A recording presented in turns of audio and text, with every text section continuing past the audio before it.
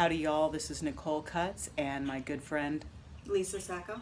And welcome to a short conversation that we're going to be having today. I'll tell you the topic once I sit down.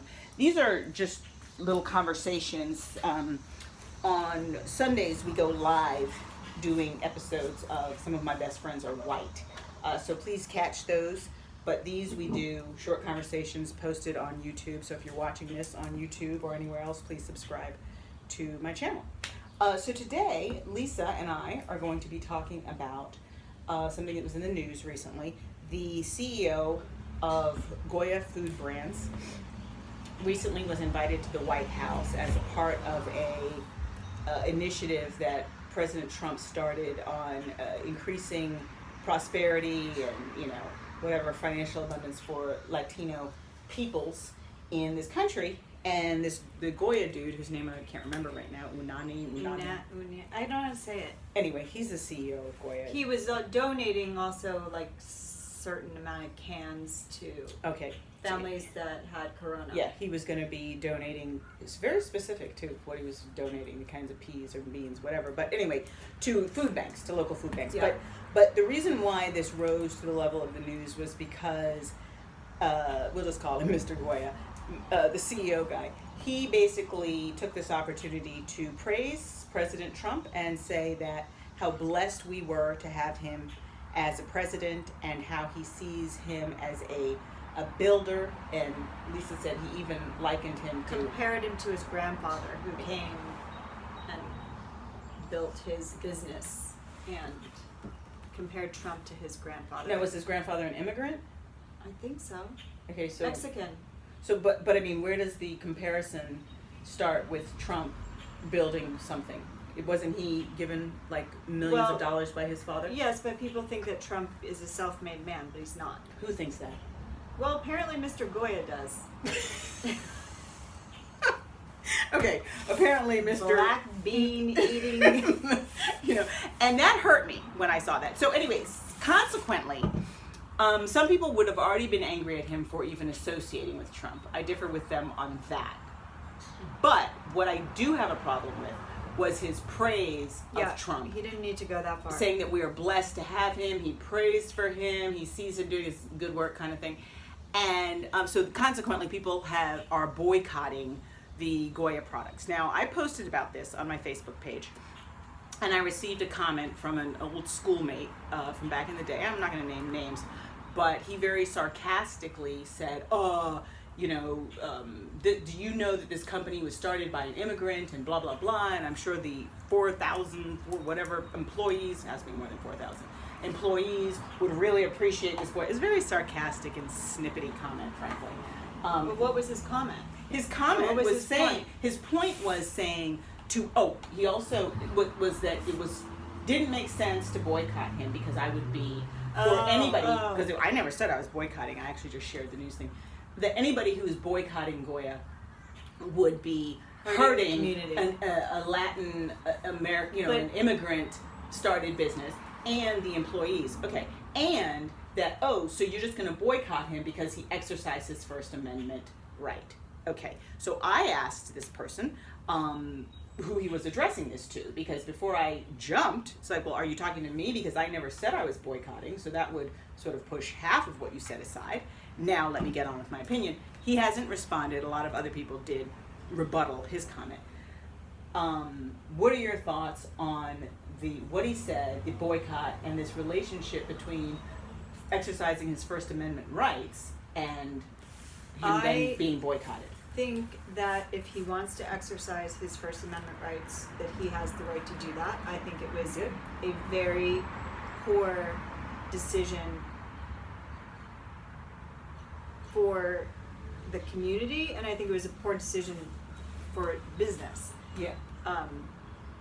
Because Trump has specifically targeted the Latino community, blaming them for, calling Mexicans drug rapists and drug addicts, or responsible for bringing drugs into the country, blah, blah, blah. I know that Mexico is not the only country that he has spoken poorly of, so I don't know how you can exalt somebody who has taken down your own community. I think that if you're going to do good and this is an initiative that helps people, that I don't have a problem with him going there, but he didn't have to go that far and put him on this pedestal, which he really doesn't deserve. Agreed.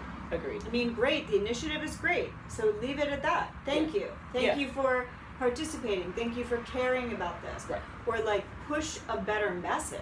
Right. So you and I are in agreement. I'm not in agreement with people who say that people who Trump has maligned, communities that Trump has maligned, should not sit down and talk to him. Because I do believe that having a seat at the table is important. Yes. And if you can make any sort of positive difference or change, I say do it. So I'm not angry at you. But he could have used that opportunity to do You're interrupting me. I'm not angry at you for going and talking to him and being a part of the initiative. I agree with you that it was a poor business decision, but he shared his true opinion. Now, from a business standpoint, he should have known that this could possibly be the fallout. So I agree with you from a business standpoint. He could have chosen more diplomatic language that still said, thank you, President Trump, for this opportunity and for all of the good things you do. But to just make a blanket statement of praise saying, we're blessed to have you, that is his opinion, but I think that's what got him in a lot of trouble.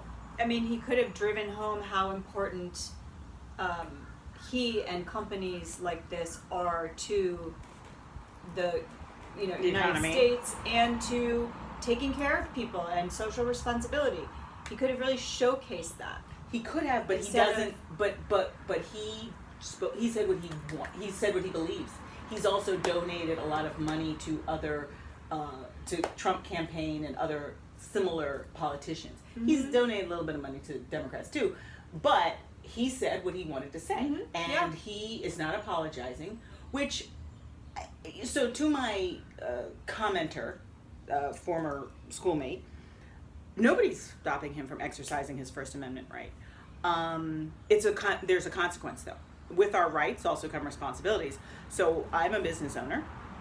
I speak very freely on topics that I believe in, and I have very peculiar meaning specific values. And I have lost business in the past because of choosing to be true to myself, to my brand. I'm very open about all facets of my identity, and it's out there. So if somebody sees that and says, well, I'm not going to work with her because of that, I'm never going to hire her company or companies. First of all, I won't know about it because I'm not famous, so who cares? But second of all, they have that right, as and I can make a choice. I could say, well, let me just put forward a bland message in order to get as much business as possible. That's not my choice. That's not my preference. Yeah, I think you don't want to work with me. Yeah. Because a lot of what I do is very values based anyway. It's very, comes from the inside out. So it's not like I just paint houses.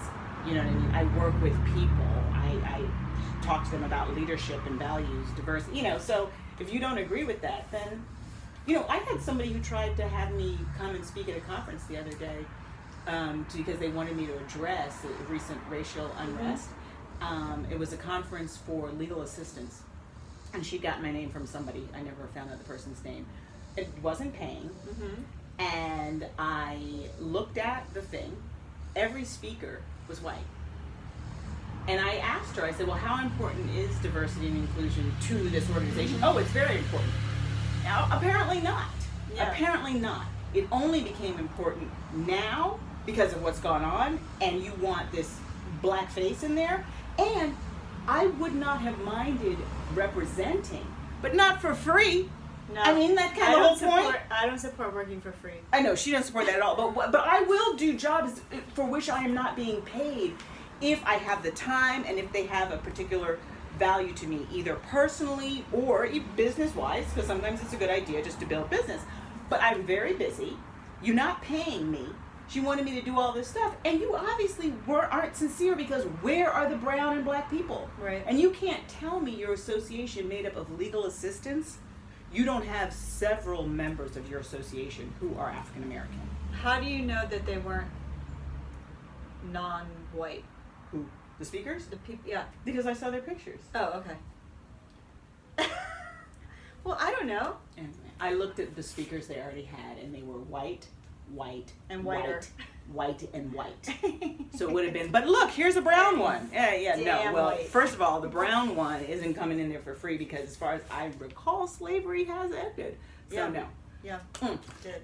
But I got a little off the topic. So that's our conversation for today. Please, again, join us on Sundays around 12, 12:31, 1 o'clock, 1:30, whatever. You know what I mean. And please subscribe to our YouTube channel. And we'll see you next time. Okay. All right.